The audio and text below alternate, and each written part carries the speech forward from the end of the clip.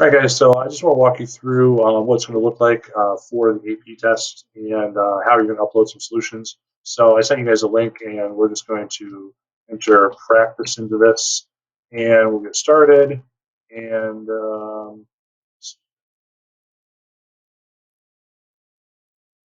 try that one more time. Okay, so when you click this, you're going to enter, your information. So James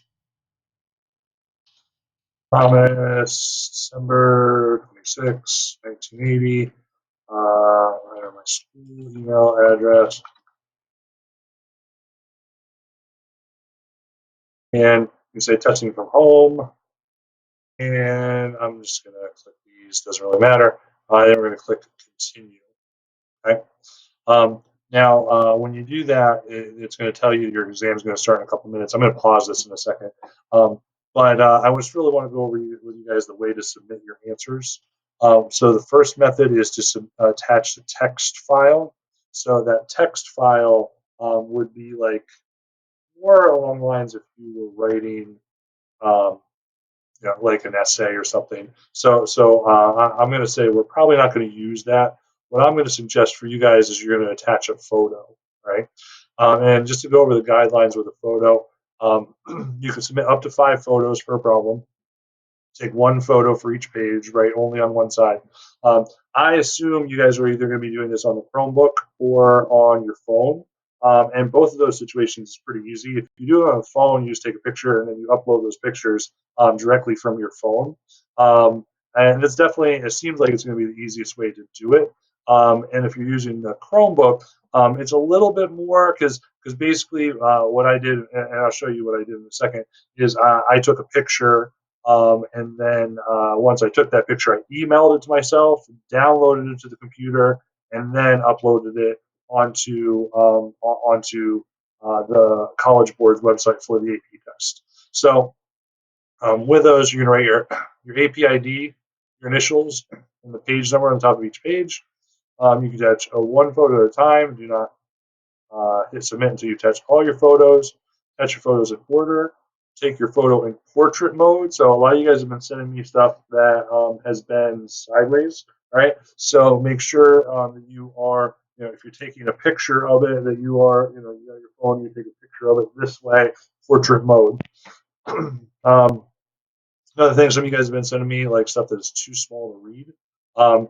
Basically the picture should be a picture of a full page when you take that picture. What else? Use separate piece of paper for each exam question. You're only going to have 2 exam questions, so that's not a major part. It doesn't say you can't put multiple parts on here. So basically, what you've been doing in terms of sending me your homework every day has been perfect in terms of what you're going to be doing on this. Right? They've got a minimum, maximum size. Those should not be a factor. You said use white paper, lined or unlined. Use paper that's standard size. Use a number 2 pencil or a pen with black or blue ink. So, Ethan, you can use your pen. I know you love that pen. One thing I will say is if you do use a pen, if there's work that you decide is incorrect, you just put a big X through it. The rule of the AP test is anything with an X through it, they will not grade. Instead of worrying about erasing or starting from scratch or whatever. It doesn't have to be perfect. We're still going to follow their policy with that. Take a photo in well-lit space, make sure everything is written legibly, Zach. Um, and let's see here, take your photo overhead with the camera above, pointing down the paper.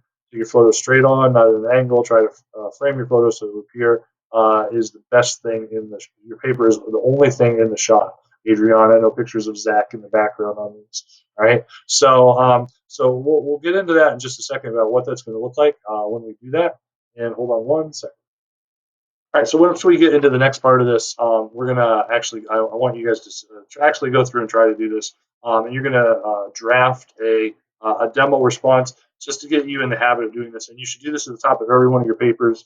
You should write your AP ID, your initials, and then the page number. And then whatever's on there next, it doesn't matter. We're just gonna practice submitting this as we go through here. So what I've got is I've got this work, right? And then what I'm gonna do for this one, since I'm doing it with on the computer is I'm going to take a picture of this. So I take a picture on my phone here, take a picture of that, right? And then I'm immediately going to email that to myself.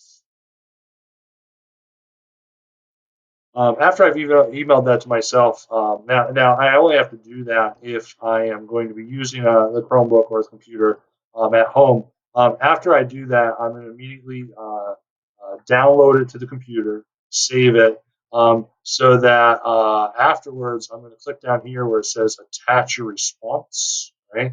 So just so you can see here, so we're going where it says attach a response, right? And I'm going to attach photos, right? And then I'll click attach a photo, and I just downloaded it onto here.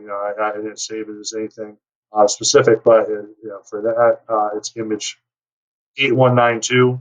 You might want to save it AP test or something, something that'll be more specific to you. Once again, if you are doing this on your phone, you're not going to have to do that step where you email it to yourself and download it. You just upload it right from your phone. After we do that, we're just going to click submit. Um, and you can see this is attached. This is photo one. And remember, if you're attaching several photos, they're going to be photo one, photo two, photo three in the correct order. So try to be very careful with that. But also, remember, you're going to label that as page one with your initials and your API ID number as well. So I'm just going to say attach a photo. Now I'm going to click submit. It says do not hit submit till you've attached all your photos. I did. I'm happy with what I did. I click submit. And then there'll be wait until you're allowed to start question two. If you haven't used up all that, if there's still time remaining. So it's not like you're going to be able to finish this test super early.